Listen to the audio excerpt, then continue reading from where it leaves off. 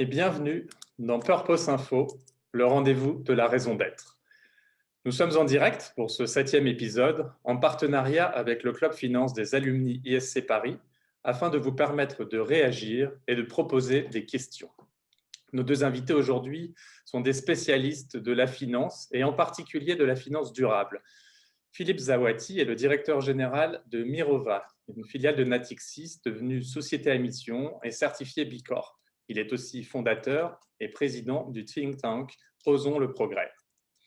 Auteur de plusieurs publications dans le domaine de la socio-économie du développement durable, le professeur Beat Birgenmeier enseigne à l'économie politique à l'Université de Genève en Suisse. Son dernier ouvrage s'intitule « Finance verte, marketing ou révolution ».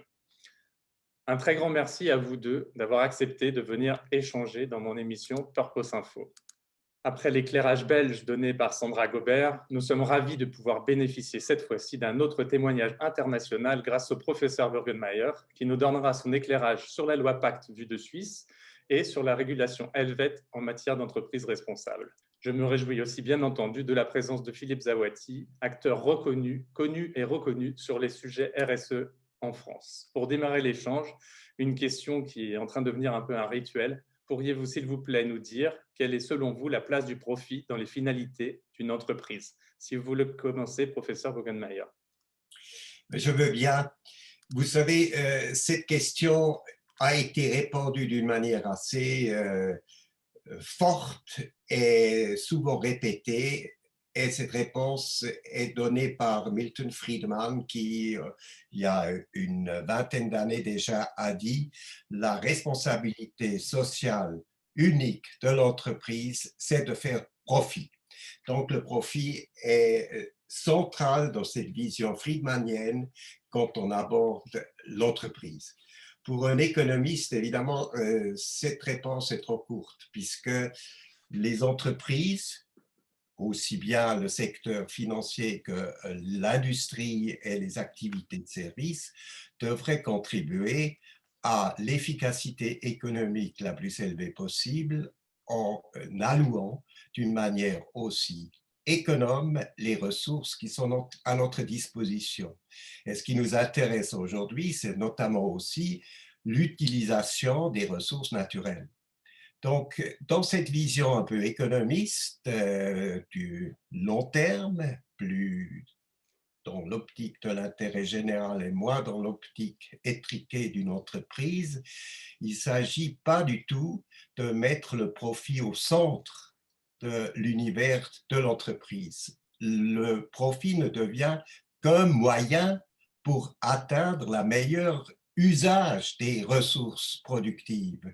Et cela nécessite que les entreprises jouent les règles du jeu d'une économie libérale, c'est-à-dire qu'elles se soumettent à la concurrence, qu'elles contribuent à être efficaces, et c'est ainsi qu'ils font la meilleure contribution à leur objectif premier qui est cette allocation optimale des ressources. Je vous remercie, professeur. Monsieur Zawati. Le profit, effectivement, c'est un passage obligé, on va dire, dans le monde capitaliste, dans le monde des entreprises dans lequel nous vivons. La question, c'est plutôt de savoir ce qu'on en fait, en fait. Et donc, si le profit est un point intermédiaire, je dirais un point de passage qui permet le développement des entreprises, alors on est dans un des éléments qui est le facteur, je dirais, déterminant de la croissance d'une entreprise. Si le profit est considéré uniquement comme un élément de court terme permettant de rémunérer les actionnaires, et y compris comment dire, en contradiction avec les objectifs long terme de l'entreprise, alors on a un problème. Et c'est pour ça qu'au-delà du profit en tant que tel, il y a la question ensuite de la distribution des dividendes, par exemple, des grandes entreprises, et de savoir comment est-ce qu'on détermine un niveau de dividende qui soit raisonnable et qui soit en corrélation, enfin en lien correct avec les objectifs à long terme d'investissement de l'entreprise. Parce qu'au bout du bout, effectivement, il faut qu'on voit l'entreprise comme un projet un projet à long terme, un projet qui réunit différentes parties prenantes. Et donc, le profit est un des éléments qui permet de structurer ce projet. Voilà. Je vous remercie. Monsieur Burgenmayer, pourriez-vous nous dire si la raison d'être et la société à mission, introduite en France en 2019 lors de la loi Pacte, ont été débattues dans l'actualité suisse? Est-ce que vous avez des équivalents dans votre droit des sociétés? Non, on n'a pas tout à fait l'équivalent de ces discussions typiquement françaises qui étaient au fond en toile de fond de la relance de croissance dans une optique de la politique de votre président Macron.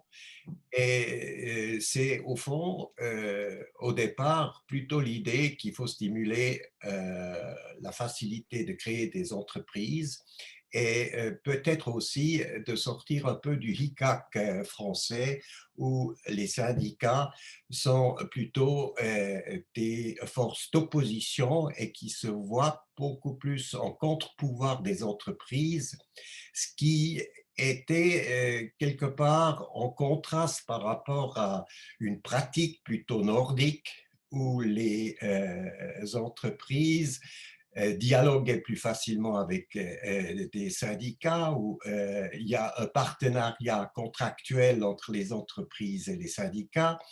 Et c'est ainsi qu'en Suisse, nous avons certains éléments de cette législation relance la croissance française dans d'autres formes et dans d'autres textes, notamment sur l'obligation de partenariat social.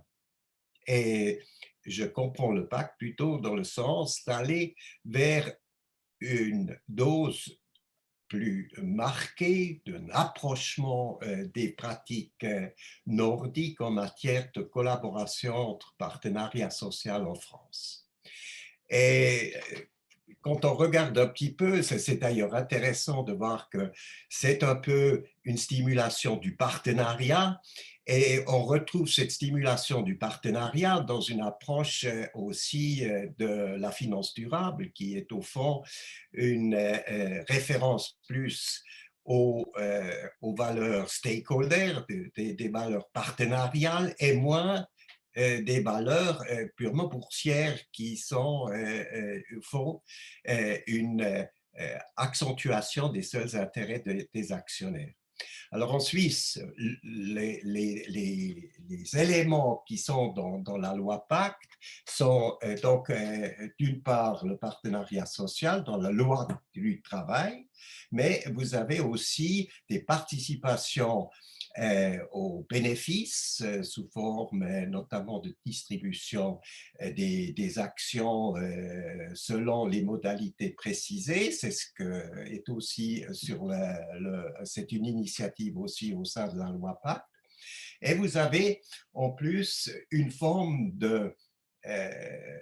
d'épargne forcée qui est liée à tous les plans d'épargne pour les assurances vieillesse. Et là aussi, on est un peu différent à la France. Le système de vieillesse en Suisse a 3 piliers qui laissent plus de place à l'épargne. D'une part, ce qu'on appelle bien sûr le premier pilier qui est la sécurité sociale comme en France, auquel s'ajoute un élément que vous connaissez aussi en France, mais d'une manière un peu différente. C'est le deuxième pilier, c'est au fond une obligation d'avoir une assurance complémentaire qui est sur une capitalisation. Et c'est ce deuxième pilier qui a donné lieu à l'essor des épargnants institutionnels. C'est les caisses de retraite qui sont devenus aujourd'hui les acteurs les plus puissants qui exigent une finance durable. Et puis enfin, le troisième pilier, c'est l'épargne personnelle forcée qui est facilitée par une subvention fiscale. Donc l'édifice de l'épargne, l'édifice de collaborer pour faciliter la création d'entreprises repose sur une autre philosophie et n'est pas tout à fait comparable à celle qui existe en France. Est-ce que c'était un peu compliqué, c'était un peu trop long ou ça vous convient comme réponse? C'est parfait. Non, mais c'est très intéressant d'avoir un éclairage international. On est très, Ouais. très proches et pourtant, on n'a pas toujours l'opportunité de comparer les pratiques et je trouve ça extrêmement dommage. Donc, je suis ravi. Je suis Oui, sûr oui. que Et je peux nos vous auditeurs, spectateurs. ajouter que l'initiative française avec cette loi Pacte, ça me plaît beaucoup, puisque ça renforce effectivement des éléments qui peuvent aider à dynamiser l'économie, aider à créer des entreprises, à mieux se parler au sein des entreprises pour mieux partager aussi les bénéfices avec des formes de participation que le législateur français essaye maintenant d'inciter par cette loi, et cette loi est relativement récente, hein, elle date de 2019 si je ne m'abuse, les mises en application, les premières sont en train de venir. Je pense que si c'est fait, si c'est appliqué avec bonne gouvernance, ça va apporter quelque chose qui est certainement très très utile et stimulant pour l'économie française. Merci, professeur. Et je pense que c'est la transition parfaite. Monsieur Zawadi, pourriez-vous nous détailler vos motivations pour que Mirova obtienne la qualité de société à mission, se définisse, formalise une raison d'être, obtienne la certification Bicorp? Pourriez-vous nous détailler le processus suivi de l'élaboration de la raison d'être à l'obtention de la qualité de société à mission et qu'est-ce que cela change concrètement selon vous? Alors d'abord, peut-être pour rebondir sur ce qui vient d'être dit, je suis d'accord sur le fait qu'on part d'un point de départ différent en France avec des relations entre syndicats de salariés et monde économique qui est assez conflictuel. La loi Pacte va quand même nettement au-delà, hein, de cette relation uniquement entre les salariés et les actionnaires ou les patrons. Alors certes, dans le comité de mission, on a l'obligation d'avoir au moins un salarié, mais c'est un des éléments, une des parties prenantes, et l'objectif, c'est quand même vraiment d'élargir ce comité de mission à l'ensemble des parties prenantes de l'entreprise. C'est-à-dire que non seulement, évidemment, salariés et actionnaires, mais aussi les fournisseurs, les clients, le monde académique, les communautés, les pouvoirs publics, enfin l'ensemble des parties prenantes avec lesquelles l'entreprise a dialoguer. Alors, évidemment, nous, on est très, très contents et ravis de cette évolution de la loi Pacte pour plusieurs raisons. D'abord parce que, en tant qu'investisseur responsable, on a, depuis le début, nous, on a créé Mirova il y a 7 ans, depuis le début, développé l'idée que l'investissement responsable ne pouvait pas se désintéresser du rôle fondamental de l'entreprise, c'est-à-dire et discuter de qu'est-ce que c'est qu'une entreprise et quel est son rôle dans la société. Et que fondamentalement, être un investisseur responsable, c'était investir dans des entreprises qui se souciaient de l'intérêt général, qui se souciaient du bien public et qui ne se considéraient pas comme des éléments complètement extérieurs à ce qui se passait dans le reste de la société. Et de la même façon que la finance responsable est une finance qui ne se considère pas uniquement comme un outil neutre d'allocation d'actifs assez mécanique qui optimise la rentabilité versus le risque, mais comme un acteur de l'économie qu'on veut fabriquer demain. Donc ça, c'était très important. Et d'ailleurs, on a d'emblée considéré qu'il fallait introduire ces éléments-là dans nos politiques de vote, dans nos politiques d'engagement, donc dans la façon dont on interagit avec les entreprises, et puis sur aussi la recherche académique autour de ces sujets-là. Et donc, depuis 5 ans, dès le démarrage, en fait, on a été un soutien important de la chaire qui a été développée par l'École des Mines avec Romain Tuel et Blanche Grestin. Et donc, on a soutenu tous leurs travaux, y compris les travaux du Cercle des Bernardins autour de cette notion de l'entreprise et ses parties prenantes. Donc, assez naturellement, comme c'est finalement un message que nous, en tant qu'investisseurs, on passe aux entreprises, on s'est dit que la meilleure façon de le tester, c'était de se l'appliquer à soi-même. Et c'est la raison pour laquelle on a décidé de devenir société à mission. On l'est depuis le mois de novembre, donc on a été l'une des, on va dire, des 50 premières entreprises à être société à mission. Il y en avait 80 à la fin de l'année dernière.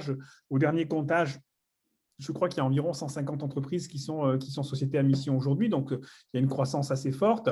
Mais ça reste évidemment un petit nombre, avec surtout des petites et moyennes entreprises, avec quelques exceptions notables que vous connaissez, dont on reparlera peut-être, notamment Rocher, Danone.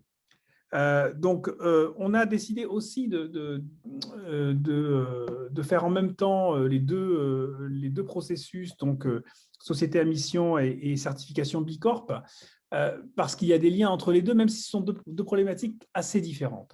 B Corp est un label, et donc B Corp consiste à répondre à un questionnaire à 200 questions et à être noté sur ces 200 questions. Donc, c'est très vertueux, ça permet de réellement travailler sur l'ensemble des axes de responsabilité de l'entreprise, mais ça ne change pas fondamentalement la gouvernance. Il n'y a pas d'élément qui change fondamentalement la gouvernance.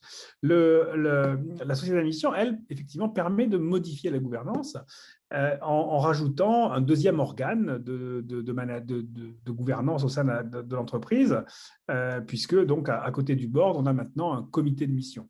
Alors, c'était particulièrement intéressant. Alors, je crois qu'il y a une des questions qui se pose, c'est que cette société à mission et ce type de gouvernance-là va avoir des implications extrêmement différentes selon le point de départ, selon la structure de l'entreprise. C'est-à-dire que, évidemment, quand on est Danone, par exemple, et qu'on n'a pas un seul actionnaire qui dépasse 2% du capital, on a une structure actionnariale extrêmement éclatée, très dépendante du fonctionnement des marchés financiers. Ce n'est pas la même chose que Mirova, qui a un actionnariat extrêmement stable, puisqu'on est 90% Natixis, 10% les collaborateurs. Et donc, du coup, si vous voulez, voilà, la discussion avec l'actionnaire est assez simple à mettre en place, il n'y en a qu'un seul. Bon. Et donc, du coup, c'était aussi assez intéressant pour nous parce que le conseil d'administration de Mirova avant Société à Mission, c'est un conseil d'administration dans lequel il n'y a que des représentants de l'actionnaire. Donc, c'est un conseil d'administration complètement 100% Natixis ou groupe Natixis. Et donc, on crée à côté de ça un comité de mission qui, lui, est quasiment à 0% Natixis. Enfin, il y a un représentant de l'actionnaire sur les 12 membres du comité de mission. Donc, ça, c'est intéressant. On va voir comment ça va vivre. Pour être franc, on va l'apprendre un peu en marchant, hein, parce que on a fait pour l'instant une réunion. La première réunion du comité de mission s'est tenue le 1er avril. On a décidé d'avoir un comité de mission très haut niveau, avec des personnalités qui sont vraiment des experts dans leur domaine. Et donc, on va voir comment tout ça va se mettre en place, avec l'objectif donc d'avoir un premier rapport de mission qui sera publié en 2022. C'est très intéressant, oui. Je vous remercie tous les deux. On va essayer de rentrer maintenant encore plus dans le cœur du sujet qui nous réunit aujourd'hui. J'aimerais à présent que vous m'expliquiez ce qui, selon vous, différencie la finance durable de la finance traditionnelle, qui de toute façon est amenée à évoluer.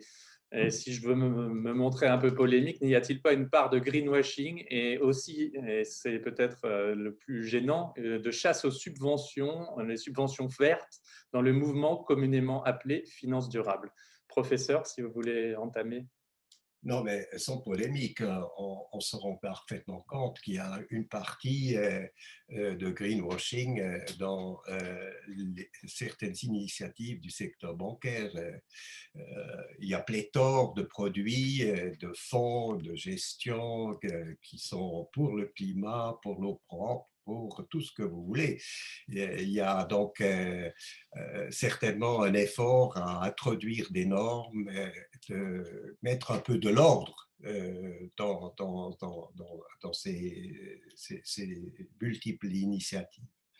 Mais avant de parler de finances vertes ou durables, il faudrait se mettre d'accord sur, au fond, les caractéristiques de la finance traditionnelle, parce que il y a quand même, pour ne pas faire long, 3 fonctions et toutes les fonctions ne s'y prêtent pas forcément à faire le lien avec un nouveau modèle d'affaires en finance. Traditionnellement, la finance a 3 fonctions, c'est assurer le trafic de paiement, c'est presque un service public, si vous voulez, délégué à des banques. Et cela a connu une évolution sans précédent avec des nouveaux moyens de paiement, avec maintenant les bitcoins, avec d'autres formes de techniques informatiques, où on peut même rêver un peu dans le sens où bientôt on n'aura plus besoin des banques, plus d'intermédiaires financiers, puisque la technologie permettrait peut-être de régler ces liens entre acheteurs et vendeurs pratiquement sans intermédiaire. Mais la finance traditionnelle a la gestion de portefeuille qui se prête particulièrement bien à le développement d'une finance durable, mais aussi cette banque d'investissement qui est au fond orientée vers des fusions d'acquisitions, vers aussi des choix stratégiques pour accompagner le changement structurel qui est le caractéristique de toute l'économie. Et ces deux dernières activités, gestion de fortune et banque d'investissement, qui sont peut-être en première ligne quand on essaye de modifier le modèle d'affaires pour le verdir dans le sens du concept du développement durable. Alors, la différence fondamentale, c'est que la finance traditionnelle, gestion de fortune et banque d'investissement, c'est à nouveau la meilleure allocation des ressources possibles, avec évidemment comme but l'efficacité et compter sur les marchés financiers supposés être efficaces et concurrentiels pour, au fond, définir un rendement purement financier qui est quelque part la rémunération des risques que le secteur a pris dans cet effort d'allocation optimale. Et quand on parle de finance durable, cette définition de rendement financier est trop courte. Et on voudrait ajouter au fond à une pomme des poires qui sont difficiles à comparer, c'est-à-dire au rendement financier, il faudrait aussi ajouter un rendement écologique et un rendement sociétal. Vous voyez très bien la difficulté conceptuelle, c'est effectivement de trouver une expression qui crée un dénominateur commun pour réunir ces trois dimensions du développement durable, rendement financier, rendement écologique et rendement sociétal sous une seule forme capable d'être opérationnelle. Merci, professeur Philippe Zawati. Oui, je crois que une des façons, je partage complètement ce qui a été dit, je crois qu'une des façons de poser le sujet, enfin moi quand on me demande ce que c'est que l'investissement responsable, je réponds que dans investissement responsable, le mot important c'est investissement. Parce que en fait, la question c'est plutôt ça, c'est-à-dire que est-ce qu'on peut redéfinir le métier de l'investissement? Je prends cette partie-là du rôle de la finance qui est effectivement un plus large. Est-ce qu'on peut le redéfinir différemment, je dirais, de la façon dont il est pratiqué depuis les quelques dernières décennies? Si on définit l'investissement comme une relation de confiance entre des prêteurs et des porteurs de projets, on voit bien qu'on est dans quelque chose qui fondamentalement est quelque chose de long terme. Donc, on a d'un côté des porteurs de projets qui peuvent créer une entreprise, qui peuvent avoir des projets d'infrastructure, qui peuvent avoir des projets associatifs, économie sociale et solidaire ou autres, enfin différents types de projets. Puis on a des financeurs. Ce qui s'est passé ces dernières décennies, c'est que cette idée même de la confiance entre le financeur et le financé a complètement disparu. En tout cas, le fonctionnement des marchés s'est positionné entre les deux et fait qu'aujourd'hui, quand on investit dans une obligation, une action, on n'investit plus dans une entreprise, on investit dans un concept, je dirais, complètement théorique, qui est l'action cotée en bourse. Donc l'action cotée en bourse est un concept. Ce concept-là a un prix. Ce concept-là a un prix qui bouge. Et la plupart des personnes qui interviennent sur le marché achètent ce concept en se disant il va progresser et donc s'il progresse, s'il monte dans les 2 semaines qui viennent, eh bien j'aurai gagné de l'argent. Voilà. Et ça, c'est complètement déconnecté de la confiance. Ça ne veut pas dire que la personne qui réalise cette opération-là fait confiance en l'entreprise, en ses dirigeants, en quoi que ce soit. Puisque la raison même de la croissance de la valeur pendant les 2 semaines ou 3 semaines qui viennent peut être complètement décorrélée, puisque ça peut provenir de différentes autres sources, autres facteurs exogènes. Ça peut être complètement décorrélé de cette qualité intrinsèque de l'entreprise. C'est ça, je crois que déjà, je pense que ça, c'est quand même l'élément fondamental. Pour moi, au-delà des aspects environnementaux et sociaux, on commence souvent par présenter la finance durable en parlant des aspects environnementaux et sociaux. Pour moi, c'est un élément quasiment de second ordre. C'est plutôt se dire, OK, d'abord, dans un premier temps, je veux faire confiance. Si je veux faire confiance, le deuxième élément fondamental, c'est ce que j'ai mentionné tout à l'heure, c'est la notion de neutralité de la finance. La notion de neutralité de la finance, qui est générale, ce que va vous dire la théorie, c'est la finance est un outil complètement neutre, c'est-à-dire qu'elle est là pour allouer de façon optimale les ressources, et donc à partir du moment où elle est neutre, c'est pas de la finance que viendront les innovations, le changement de stratégie, la lutte contre le changement climatique, ce genre d'éléments-là. Puisque la finance, elle est là pour s'adapter à l'évolution de l'économie réelle. C'est-à-dire que le financier neutre va vous dire « mais moi, je n'ai aucun problème à financer les énergies renouvelables, etc. » ou à financer des projets qui sont positifs pour la biodiversité. Venez me les présenter, s'ils sont rentables, je vais les financer. Moi, personnellement, je n'ai pas de rôle pour réorienter ou pour choisir ou pour donner des éléments principaux là-dessus. Bon. Parce que je suis neutre, parce que mon action n'a pas d'impact direct sur ce qui se passe derrière. Si on change ce point de départ et qu'on dit la finance n'est pas neutre, par son action, elle va modifier le comportement des acteurs, elle va modifier le comportement des entreprises, des porteurs de projets eux-mêmes, elle va même pouvoir générer de nouveaux projets. Et ça, nous, on le voit bien. C'est-à-dire que quand on commence, souvent, c'est la poule et l'œuf, vous savez, qu'on nous dit, certains nous disent, oui, par exemple, pour financer des projets dans des pays en difficulté ou sur des sujets environnementaux et sociaux complexes, la finance a un impact. Souvent, on dit, il y a de l'argent, mais il n'y a pas assez de projets. Souvent, l'argent fabrique les projets. Quand on commence à amener de l'argent sur un territoire, sur un périmètre, à ce moment-là, les projets apparaissent. Donc, si on dit que la finance n'est pas neutre et qu'elle a un impact à faire bouger en fait le fonctionnement de l'économie, alors ça implique d'emblée, en retour, une responsabilité pour les acteurs financiers.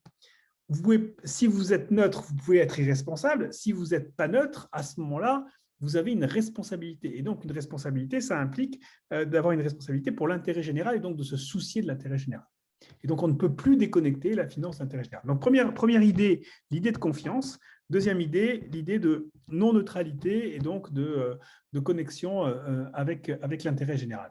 Une fois qu'on a dit ça, à ce moment-là, on peut introduire les éléments environnementaux et sociaux parce que ces éléments environnementaux et sociaux deviennent simplement des éléments d'intention en fait, de la part de l'investisseur.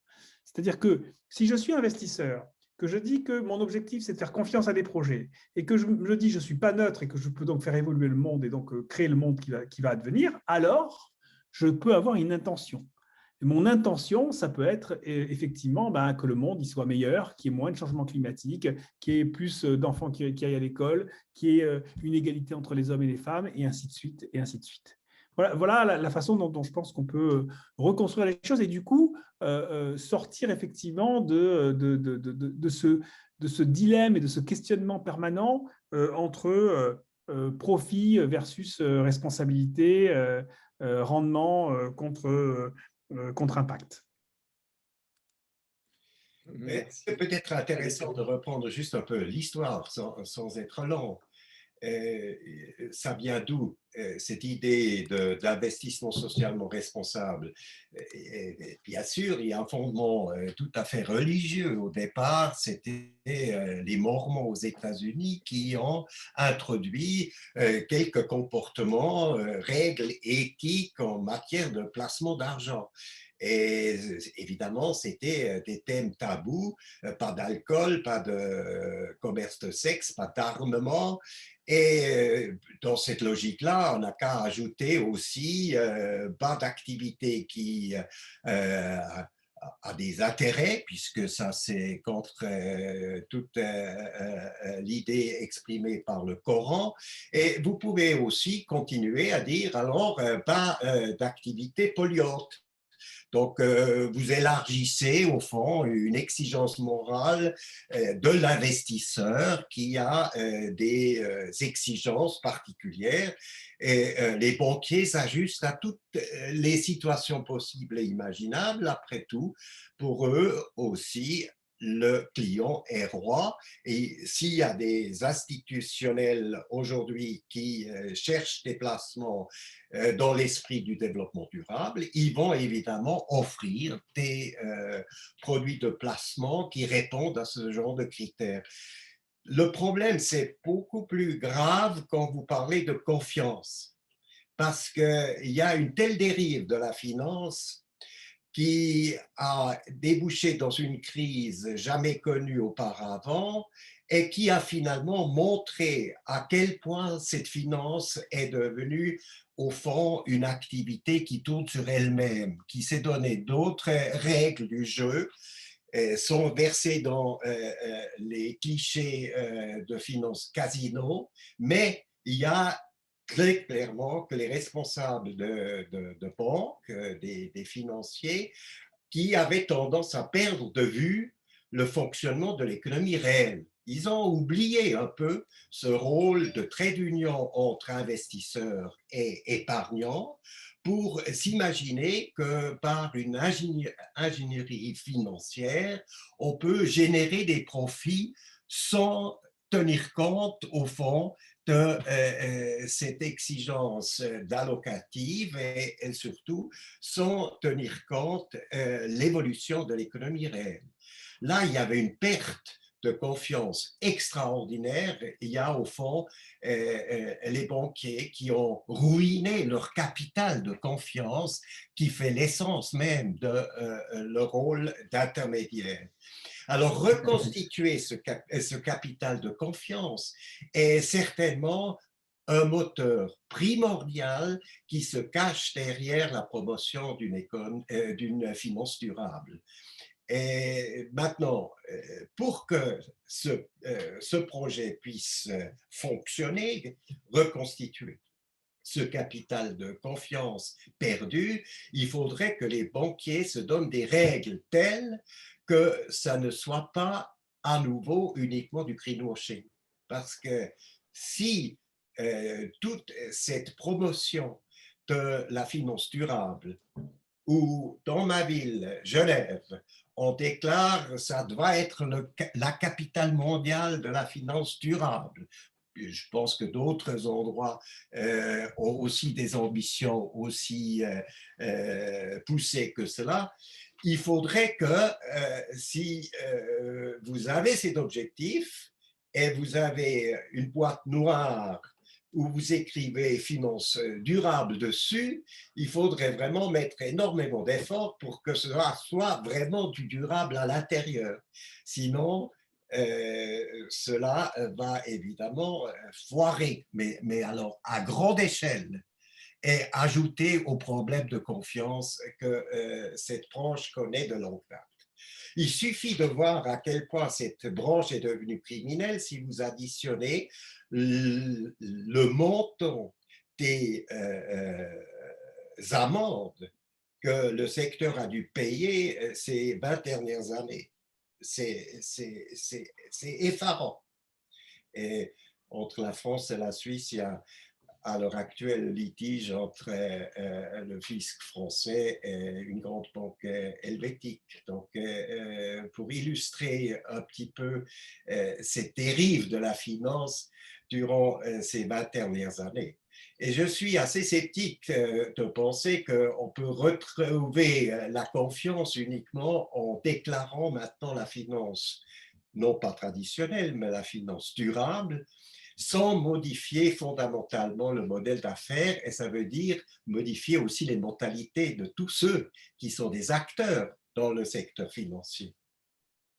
Je suis totalement d'accord. Je n'ai pas un mot à changer. Je suis 100% d'accord. Je pense qu'effectivement, cette… Pardon, vous m'entendez ou pas, hein? Oui, oui, oui. Ouais. Je pense que cette recréation de la confiance est compliquée, n'est vraiment pas facile à recréer. Et d'autant plus que, je dirais, les acteurs traditionnels sont en train de s'y mettre évidemment sous la pression du marché et d'un certain nombre d'investisseurs institutionnels, notamment, comme vous citiez, des caisses de retraite, d'autres investisseurs de ce type-là. Mais ce qui me frappe, c'est que ces gros acteurs traditionnels sont capables de vous dire aujourd'hui, moi j'ai 5% de finances durables dans mes actifs, ou 10%, ou 20%, comme si on pouvait être 20% vertueux. Ça n'a absolument aucun sens. J'en fais un peu parce qu'on m'en demande. Il y a des gens qui veulent ça, donc j'en fais un petit peu. Et évidemment, ça n'a absolument aucun sens. Enfin, je veux dire, et c'est pour ça qu'il y a eu beaucoup de discussions récemment sur la définition de l'impact. Qu'est-ce que c'est que l'impact? Et moi, je considère qu'on devrait déjà d'emblée considérer que quelqu'un qui fait de l'impact doit faire de l'impact à 100%. Il y a pas, c'est pas de… Ça n'a pas beaucoup de sens de se dire j'ai de l'intention, j'ai une bonne intention, mais seulement pour une partie de mes actifs. Et quand on parle de greenwashing, d'ailleurs, moi je dis souvent que le pire des greenwashing, ce n'est pas celui qui fait quelque chose de malsain, etc. Ça existe, il y en aura toujours, et à la limite… Bon, pour moi, le pire des greenwashing, c'est celui qui fait quelque chose de très, très, très, très bien sur 1% de ses actifs et qui passe 99% de son temps à en parler. Parce que ça, c'est du greenwashing. Ça veut dire je mets en exergue un tout petit peu que je le fais bien et j'en fais l'élément essentiel de toute ma communication. Et ça, c'est vrai que c'est quelque chose qu'on remarque de façon assez importante avec on le sait bien, hein, des distorsions entre le message, entre le grand gérant d'actifs qui écrit tous les ans une lettre à toutes les entreprises dans lesquelles il investit et qui ensuite, quand on regarde réellement ce qu'il a fait dans les assemblées générales et les votes qu'il a fait dans les assemblées générales, eh bien, c'est en contradiction quasiment directe avec ce qu'il a écrit dans la lettre en question. Donc voilà, ça, je crois que c'est un vrai sujet et je suis d'accord que cette confiance va avoir du mal à se reconstruire. Alors, est-ce qu'on peut le faire à travers des nouveaux acteurs? Est-ce qu'on peut le faire à travers des labels? Est-ce qu'on peut le faire à travers de la régulation? Ce sont les pistes qu'il faut explorer. Juste peut-être là-dessus, notamment sur la régulation et sur la façon de faire transformer les marchés, ce qui me frappe aussi, c'est que ce qu'on a fait ces dernières années, le développement de la finance durable ces dernières années, pour moi, c'est à la marge du système. C'est-à-dire, ce qu'on a fait, c'est qu'on a développé des nouveaux marchés qui sont très intéressants, le marché des obligations vertes, le marché de l'impact. Il y a des choses très bien là-dedans, franchement. Il y a des choses avec des gens qui font ça sérieusement et qui font des choses vraiment bien. Mais finalement, tout ça n'est que à la marge du cœur du système. Et le cœur du système, lui, il n'a pas beaucoup bougé. Et notamment, le fonctionnement des marchés financiers lui-même n'a pas beaucoup bougé. Or, je pense que ça sera très difficile de changer le fonctionnement, d'aller vers une vraie finance durable sans changer le fonctionnement des marchés en lui-même. Je pense, par exemple, et notamment à tout ce qui est court-termiste dans le fonctionnement des marchés. Je pense à, évidemment, le trading de haute fréquence. Je pense à ce qui s'est passé avec GameStop il y a quelques semaines aux États-Unis et tout ce qui tourne autour de la vente à découvert. La vente à découvert, c'est un objet assez extraordinaire. On vend quelque chose que l'on n'a pas. Hein, donc ça n'existe pas dans le monde réel. En finance, ça existe. Bon, on emprunte quelque chose et puis on le vend. bon, on voit qu'il y a des dérives énormes autour de ça. Il y a eu la crise grecque, il y a eu la crise de la dette grecque, il y a eu l'affaire GameStop. On peut quand même se poser la question, cette vente à découvert, il se trouve qu'à chaque fois qu'il y a une grosse chute des marchés, le régulateur décide de l'arrêter pendant quelques jours ou quelques semaines. Donc c'est assez étonnant, c'est-à-dire que c'est une technique qu'on doit arrêter, on doit couper les vannes de temps en temps quand ça commence à aller trop mal. Pourquoi ne pas l'arrêter tout le temps? Je veux dire, c'est une vraie question qu'on pourrait se poser. Ou à minima, se dire, est-ce qu'il est normal que, admettons qu'on accepte la vente à découvert parce que ça améliore la liquidité du marché ou tout ce qu'on voudra, est-ce que c'est normal que la vente à découvert représente 5% de la valeur de la capitalisation d'un titre? 10%, 20%, 30%? On peut aller jusqu'à 50, jusqu'à 80? C'est quoi la limite? Est-ce que vraiment on accepte d'aller de dire non, il n'y a pas de limite, allez-y, faites ce que vous voulez, au risque effectivement d'avoir des crises comme on a eu sur ces sujets-là. Donc encore une fois, oui, je crois que c'est ça qui est le plus difficile. Moi, j'ai participé, j'étais il y a 3 ans membre du groupe d'experts de la Commission européenne sur la finance durable. Et en fait, toutes les propositions, on a travaillé pendant 1 an, on a fait un rapport qui a donné lieu en fait à la politique de la Commission européenne sur la finance durable ces 3 dernières années. Et toutes les propositions qu'on a faites qui étaient dans le sens d'améliorer, créer de nouveaux marchés, améliorer les produits verts, aller vers plus de transparence, plus d'information, tout ça, ça passait très très bien. Dès lors qu'on a commencé à toucher à des sujets qui touchaient au fonctionnement même des marchés, type trading de haute fréquence, pré-emprunt de titres, etc. Alors là, il n'y avait plus de consensus. On voyait très bien qu'il y avait tout le monde financier qui était complètement arc-bouté et qui refusait l'évolution de cette partie-là. Oui, mais c'est très intéressant ce que vous dites parce qu'effectivement, on arrive à mettre un peu le doigt là où ça fait mal. C'est-à-dire aussi longtemps qu'on commence à dire oui, on peut introduire un nouveau fonds de placement qui répond à des critères de durabilité, on crée des fonds indexés où on prend que des entreprises innovantes dans le domaine de la technologie verte, notamment des énergies renouvelables. Je pense que les choses vont relativement facilement, même si il y a là aussi des précautions à prendre. Il faut que la sélection des entreprises soit faite d'une manière compétente et par des agences de notation qui sont indépendantes des financiers, pas qu'il y ait un petit peu des conflits d'intérêts qui, évidemment, peuvent aussi gêner le résultat. Mais tout ça, c'est faisable. Il y a des techniques que vous connaissez, c'est de prendre des évaluations de premier de classe. Dans chaque branche, on peut choisir les entreprises qui font le moins mal et on peut constituer des univers de placement, des univers qui sont, somme doute, défendables. Mais le fonctionnement des banques est évidemment beaucoup plus difficile à orienter vers des objectifs de durabilité. À qui profite le crime après tout? Jusqu'à présent, la finance a connu des dérives.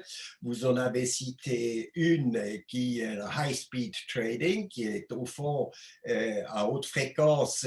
Vous videz complètement de sens l'idée du capitalisme que l'actionnaire est copropriétaire de l'entreprise et en tant que copropriétaire de l'entreprise, il assume une responsabilité du bon fonctionnement de l'entreprise. Quelqu'un qui, en fraction de seconde, change en permanence par des achats et ventes ses titres, n'assume absolument aucun rôle d'entrepreneur dans le sens traditionnel du terme, où quelqu'un est physiquement là pour assumer les responsabilités de gestion. Donc, c'est complètement dilué. Et pour revenir à ces notions fondamentales, qui assume les responsabilités de l'économie réelle, il faudrait un changement de mentalité beaucoup plus profonde dans la finance elle-même. Alors là, évidemment, on tourne vers le législateur. Il était beaucoup plus préoccupé pour éviter qu'il y a que le système monétaire international s'effondre. On était quand même menacé d'un tel effondrement. C'est concentré sur la liquidité, rétablir la confiance entre les différents acteurs financiers à l'intérieur de la branche. Elle n'est toujours pas tout à fait assurée à l'heure actuelle, est beaucoup plus intéressée à limiter un peu ce danger de trop grande pour faire faillite qui finalement laisse la perte aux contribuables et les bénéfices aux privés, et finalement beaucoup plus intéressée à réduire l'effet levier, cet endettement colossal qui permet au fond des affaires à découvert. Alors, le législateur a été aussi très en souci pour l'économie dans son ensemble, la perte d'emploi, les conséquences indirectes de la crise financière sur une crise économique généralisée, était assez content d'avoir réussi le pire par une activité extrêmement généreuse des banques centrales, et n'a pas eu le temps de réfléchir sur une transformation de la finance selon des règles qui imposent un nouveau modèle d'affaires dans l'esprit du développement durable. Ça voudrait dire qu'on accepte enfin que le marché n'est pas efficace, ce que les financiers continuent à penser, peut-être affirmé toujours avec beaucoup d'aplomb, mais qu'il y a échec de marché quand on parle de protection de l'environnement. Et pour les économistes, il y a des concepts, c'est-à-dire que toute la pollution, tous les effets négatifs de toute activité économique sur l'environnement, sont des effets externes qui doivent, au fond, être pris en charge, et on appelle ça des coûts sociaux. Et aussi longtemps que dans les entreprises et dans la finance, on ne tient compte que des coûts privés, il n'y aura pas de changement fondamental. Et comment est-ce qu'on transforme ces coûts sociaux en coûts intégrés dans les entreprises? Eh ben, il n'y a pas énormément de possibilités. C'est relativement simple. Hein? Quand l'État intervient, soit il envoie le gendarme, il interdit, ou il envoie le fisc et il impose. Et les taxes sur le CO2, les manières d'internaliser ces coûts externes dans l'évaluation d'une entreprise, c'est la plus grande difficulté du régulateur à l'heure actuelle. Il s'est pas tellement occupé jusqu'à présent. Très peu de coûts sociaux sont intégrés dans la comptabilité des entreprises courantes, biaise complètement leur évaluation financière, puisque certains coûts occasionnés par l'économie sont tout simplement pas pris en compte. Et alors, si on veut vraiment changer fondamentalement le fonctionnement de cette finance, il faudrait d'abord exiger par une législation que la vérité de tous les coûts s'exprime dans l'évaluation. Ah, ça c'est un sacré grand morceau parce que en Suisse, on va voter dans 2-3 mois sur l'introduction d'une taxe de CO2 avec des oppositions, avec des gens qui sont évidemment opposés. Ces oppositions viennent par des lobbies économiques, pas seulement des lobbies financiers. Donc, les résistances viennent de toutes parts. Et peut-être maintenant, la prise de conscience est telle qu'on risque d'avoir une telle taxe CO2 acceptée. Mais vous connaissez l'histoire d'une taxe CO2 en France avec la contestation des Gilets jaunes, à quel point le manque de soins pour l'introduction d'une telle taxe sur uniquement les carburants, c'est un aspect parmi mille d'autres, a déclenché une contestation sociale. C'est quand même assez troublante, puisque taxer les carburants sans mesure compensatoire pour le social et sans tenir compte, au fond, des effets dans la distribution territoriale, vous devez déclarer forfait. Et vous devez réussir ce genre de projet si vous voulez avancer sur une finance durable. Et merci, messieurs. je Je vais pense reprendre, je vais reprendre avant que vous rendiez caduques toutes mes questions. Et je pense qu'en plus, la suivante va dans le sens de ce que vous avez commencé à aborder. J'enlève celle sur Larry Fink et BlackRock, bien entendu, vu que Philippe Zawati a déjà répondu. Mais n'est-ce pas au régulateur, en fait, de prendre ses responsabilités? J'ai l'impression que vous êtes d'accord en grande partie, au régulateur d'orienter fiscalement les investissements, que ce soit à travers la mise en place d'une taxe carbone à l'échelle européenne, comme vous le suggérez, mais aussi peut-être en encourageant l'investissement à long terme grâce à une taxation inversement proportionnelle à la durée de détention des titres. Est-ce que ça ne serait pas aussi une solution pour rendre la finance vraiment durable, de taxer moins qu'à l'heure actuelle quand on détient un titre pendant des années et des années, et par contre, le trading haute fréquence, si on est taxé à 60% dans les 10 premières minutes ou dans les premiers mois, les premières semaines, est-ce qu'il n'y a pas une piste à creuser? Philippe, si vous voulez enchaîner. Oui, alors je ne sais pas sur le… je crains que là, ce type de mesure-là, en fait, ça soit assez proche d'une taxe sur les transactions financières, en quelque sorte. Hein. Ça peut se… Mais on y va. On est obligé d'aller dans cette direction si on prend la notion de finance verte au sérieux. Je suis d'accord, mais, oui. Mais voilà, donc ce que je veux dire, on est dans ce domaine-là, donc, mais il faut dire, voilà, il faut appeler les choses par leur nom. Je pense qu'on serait dans une taxe sur les transactions financières. Moi, je suis plutôt philosophiquement assez favorable à une taxe sur les transactions financières. Après, je comprends les contraintes que ça impose, et notamment, c'est vrai que c'est extrêmement difficile aujourd'hui de mettre en place une taxe sur transactions financières sur un périmètre trop restreint. Or, on est sur un peu la même problématique que sur le prix du CO2.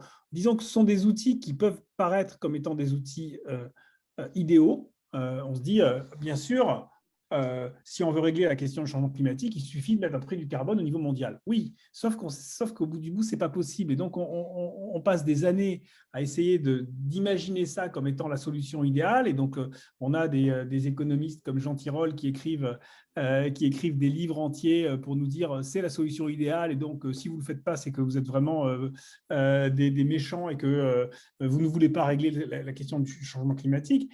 Je pense que c'est un peu ce sont des fausses bonnes idées, ce sont des solutions assez simplistes, théoriquement optimales, mais qui en réalité ont de tels blocages pratiques ensuite dans leur mise en œuvre que je pense que quelquefois, il vaut mieux essayer de les contourner en ayant des actions plus locales, peut-être moins optimales, mais qui permettent d'avancer. Sur favoriser l'actionnariat à long terme, alors là, je suis à 100% d'accord, évidemment. Ce n'est pas obligatoirement par la fiscalité, ça peut passer par beaucoup d'autres choses. Hein. Je pense notamment à donner plus de pouvoir aux actionnaires de long terme. Moi, je pense qu'il n'est pas normal qu'un actionnaire, prenons le cas de Danone qui vient de se passer récemment, je pense qu'il n'est pas normal que Mirova, par exemple, nous sommes actionnaires de Danone, on a 0,6% de Danone, on est actionnaire de Danone depuis 10 ans, on a soutenu toute leur stratégie, on a voté pour le passage à société à mission, donc on est un support stratégique de long terme de Danone depuis toujours. Et finalement, on voit débouler quelqu'un dans le capital qui prend 3%, 2 semaines avant l'Assemblée générale, simplement parce que le cours a baissé de 25%, qui repartira aussitôt que ces objectifs seront atteints, c'est-à-dire peut-être dans quelques semaines ou dans quelques mois, qui en fait se fiche complètement de la stratégie de Danone à long terme en réalité. Et cet actionnaire-là, en fait, on se rend compte qu'il a non seulement autant de voix, autant de pouvoir et de voix que nous, mais en réalité plus. En réalité, beaucoup plus, parce que lui, en tant qu'actionnaire activiste, il va utiliser des méthodes que nous n'utilisons pas. Et donc, non seulement l'actionnaire court terme a les mêmes droits, mais en réalité, il en a plus. C'est lui qui a réussi à influer sur l'Assemblée, sur le conseil d'administration et à faire évoluer la gouvernance de Danone. Donc, nous, on est extrêmement, enfin, moi, j'ai toujours été très favorable à ce qui est des doubles droits de vote, par exemple, pour les actionnaires qui sont là depuis plus de 2 ans et qui donc permettent d'avoir plus de poids dans la gouvernance. Et c'est d'ailleurs, pour revenir à ce qu'on disait sur la société à mission, c'est essentiel, y compris sur les sujets de société à mission, parce que quand vous dites vous voulez avoir une gouvernance multi-parties prenantes, dans le multi-parties prenantes, il y a aussi l'actionnaire parmi les parties prenantes, bien sûr. Mais si cet actionnaire-là, vous ne le connaissez pas, s'il bouge toutes les 2 minutes, si il est éclaté au point qu'il n'y a pas de coalition qui représente plus que 2 ou 3% du capital, comment voulez-vous avoir une discussion, un échange avec l'actionnaire si c'est quelque chose qui est nébuleux et inexistant? Donc, c'est ça aussi le fait de vouloir donner plus de poids à l'actionnaire de long terme, c'est se trouver un interlocuteur qui soit suffisamment stable pour pouvoir avoir une discussion stratégique avec lui. Donc voilà, là-dessus, je pense qu'il y a effectivement de la régulation qui pourrait être mise en place et qui, évidemment, va complètement à l'encontre de toutes les théories optimales dont vous avez parlé tout à l'heure, c'est-à-dire de l'efficience des marchés, de la sacro-sainte règle one share, one vote, et de toute cette théorie qui, soi-disant, nous amène à l'optimum en imaginant que nous sommes tous, vous et moi, et tous les gens qui sont autour, des petits homo economicus qui, à chaque seconde, maximisons notre profit et notre bien-être par rapport à tout le reste. Voilà. Ce qui, évidemment, est une fable absolue.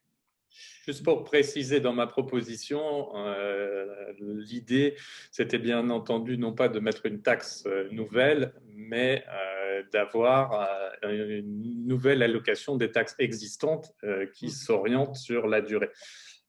Professeur, à vous la parole. Non, non, mais je suis content que vous ayez repris ça parce que on s'est un peu éloigné du premier sujet qui est taxation parce que vous avez introduit d'autres éléments qui sont tout aussi importants, notamment le rôle des actionnaires. Est-ce qu'on peut sérier un peu ces deux problèmes et en suivant votre suggestion de reprendre un peu sur la taxation, sans parler de la solution idéale qui va s'enliser dans des blocages politiques tels qu'on n'avance pas, il faut quand même se rappeler qu'on a fait des progrès par une fiscalité négative, parce que c'était plus facile d'introduire des subventions que d'introduire des nouveaux impôts. Alors, c'est par les subventions que les Allemands ont préparé le changement énergétique vers les ressources renouvelables, au point que maintenant le solaire, aussi les éoliennes, commencent à prendre des parts de plus en plus importantes dans le bilan énergétique. Mais il y a d'autres pays, le Danemark qui est aussi assez exemplaire dans ce domaine-là, et tout d'un coup, un investissement dans un parc éolien devient rentable, initié par des subventions au départ, au point qu'à l'heure actuelle, la rentabilité économique d'investir dans le nucléaire, qui était une option française, peut-être moins pour des questions de rendement, mais plus pour des questions stratégiques, militaires, n'est plus une option très, très séduisante. Et que parce que tout simplement, c'est plus cher. Et c'est trop cher par rapport à des nouvelles technologies qui ont émergé grâce à des subventions. Donc, la fiscalité reste un élément puissant pour réorienter l'économie vers des objectifs de durabilité et la finance va forcément ont bénéficié, accompagné ce genre de transition par des investissements, non pas dans le nucléaire, devenu peu rentable, pour investir dans les éoliennes qui, tout d'un coup, prennent une part de marché de plus en plus importante. C'est pas idéal, c'est pas utopique, ça se fait graduellement contre beaucoup de résistance et la transition énergétique est en marche. Et là, les financiers n'ont qu'à accrocher leur wagon au lieu de continuer à défendre les sources énergétiques traditionnelles. Les pires, c'est continuer d'investir dans l'énergie et hydrocarbures. Alors, vous voyez que petit à petit, on arrive quand même à prendre le virage. Et si on maintenant veut rentrer dans le deuxième sujet que vous avez abordé, que je trouve intéressant, c'est la gouvernance de l'entreprise.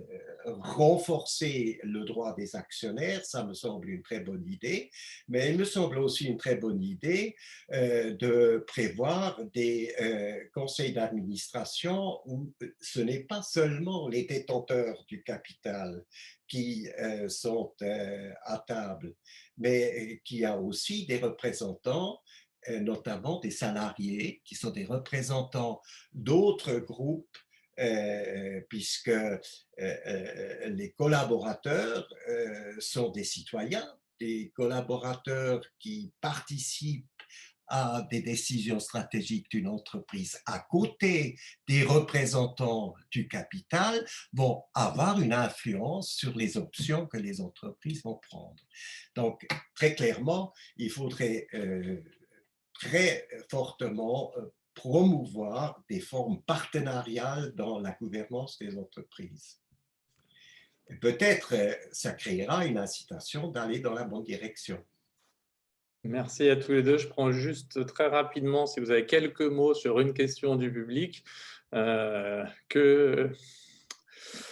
comment combler l'écart entre les approches des invités et la pratique ou la formation des dirigeants?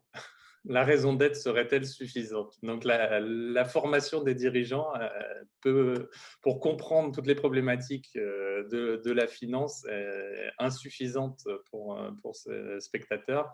Je crois qu'il y a peut-être un peu de vrai par derrière. Est-ce que vous avez des solutions là-dessus pour conclure ce magnifique débat? Vous savez, c'est l'éternel débat entre théorie et réalité. Mais pour moi, ça ne fait aucun doute si on veut continuer sur cette route qui est probablement celle que nous devons tous emprunter. Il faudrait aussi changer la formation des financiers. La finance ne peut plus être enseignée pour elle-même. Finance veut dire comprendre les interdépendances, il faut promouvoir des systèmes de réflexion complexe, il faut aussi promouvoir l'interdisciplinarité en finance. Aujourd'hui, on a une formation financière orientée vers l'apprentissage de l'ingénierie financière qui laisse de côté des pans entiers. D'abord, rien la compréhension même sommaire des grandes articulations de l'économie dans son ensemble et l'insertion de la finance dans cet ensemble-là. Il y a des carences qui proviennent d'une hyperspécialisation et probablement aussi d'une dérive d'ingénieurs qui a aussi laissé des traces dans les mentalités des gens qui dirigent ces entreprises. Donc, un petit peu de zeste interdisciplinaire dans la formation des financiers ferait du bien. Dans ce système libéral, n'est-ce pas, le monde idéal, c'est que c'est la responsabilité individuelle et c'est l'éthique individuelle qui serait entièrement suffisant. Mais on sait très bien que l'homme est ce qu'il est et il faut de temps à autre des règles, soit gendarme, soit le fisc, pour que ça fonctionne comme ça devrait fonctionner. Merci, professeur. Philippe Zawadi, vous avez le mot de la fin. Oui, je suis très content que le professeur ait mentionné cette idée, cette notion d'ingénieur dans le monde de la finance, parce que c'est un sujet sur lequel j'ai beaucoup réfléchi moi-même et qui est un peu, je dirais, un des déclencheurs en quelque sorte de mon parcours vers la finance durable. Moi, j'ai commencé à travailler dans la finance en 1990 et je suis l'exemple type de ces ingénieurs mathématiciens qui ont débarqué dans le monde de la finance en se disant on va tout révolutionner, on va mettre des modèles partout et vous allez voir, on va supprimer l'aspect émotionnel qui est un mauvais facteur au niveau de la finance. C'est comme ça qu'on présentait les choses à nos investisseurs. Et j'ai fait ça pendant longtemps et c'est la crise financière de 2007-2008 qui m'a fait réfléchir à ça en disant on a peut-être fait fausse route. On a été trop loin dans cette complexification, cette opacité de la finance qui vient de tous ces bataillons effectivement d'ingénieurs qui, au lieu d'aller faire des ponts et des ponts, des chaussées, etc., se sont mis à faire de la finance massivement. Et effectivement, voilà, je crois qu'on a fait un peu fausse route et qu'il faut revenir à des choses plus saines. Mais ça reste utile. Seulement, absolument, absolument. Ah oui, oui, je ne renie pas ça. Je pense qu'il faut l'utiliser différemment. Il faut juste être conscient des limites de cela. Et ça garde son utilité. Absolument. Voilà. Je vous remercie infiniment l'un comme l'autre.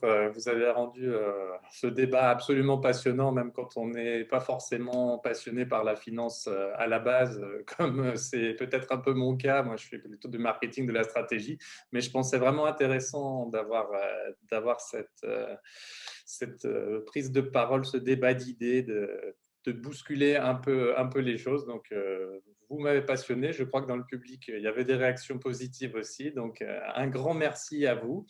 Merci à vous. Si ce débat vous a plu, pour les spectateurs, je vous invite à en parler autour de vous, à vous abonner à la chaîne YouTube, à liker autant que possible sur les réseaux sociaux. Et je donne rendez-vous à tout le monde le 5 mai à 15h pour le 8e épisode de Purpose Info entre la présidente d'éthique, Sophie de Menton, et le président de PricewaterhouseCoopers France et Maghreb, Bernard Guénier.